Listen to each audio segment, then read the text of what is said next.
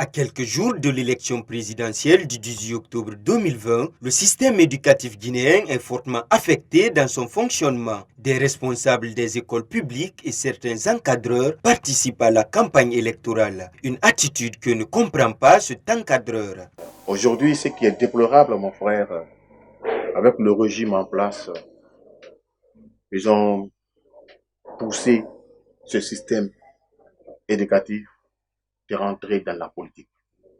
Donc, pour le moment, toi, fondateur ou enseignant, si tu n'es pas dans la pirogue de la mouvance, ils s'en foutent de l'avenir des enfants qui sont en train de naviguer dans les ruelles de Conakry, plus précisément dans les quartiers. Ce n'est pas leur problème. Ils n'hésiteront pas de menacer ton école. Toi, fondateur, de te menacer pour fermer même l'école. On dit celui qui construit une école et ferme la porte d'une prison. Et ici, c'est le contraire. On construit les prisons et on ferme les écoles. Je le dis avec connaissance de cause. Tout récemment, la DCE de la commune d'Ixine nous a appelés. Tous les fondateurs des écoles privées.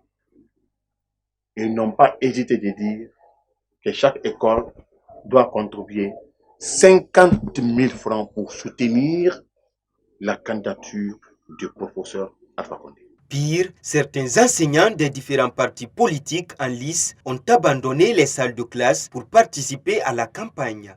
On vient de mettre pression sur nous, les fondateurs, de déléguer au moins un enseignant qui va partir au palais du peuple, d'aller applaudir pour le professeur Alpha Condé, qu'il le veuille ou pas. Alors, on est dans quel pays?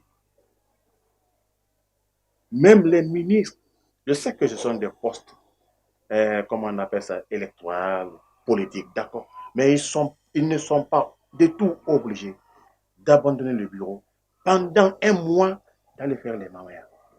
Est-ce que nous sommes dans un pays? Est-ce qu'il y a l'État? C'est pour ça que je dis que c'est déplorable. Tout le monde est libre de soutenir le président. Mais il ne faut pas mettre les écoles dans la politique. Il faut complètement épargner l'éducation dans la politique. Mais ce que nous sommes en train de voir aujourd'hui, nous forcer même, c'est indépendamment de notre volonté, nous forcer de payer 50 000, 50 000 pour le professeur. Pourquoi? Ce responsable demande aux autorités de changer la façon de gérer le système éducatif guinéen.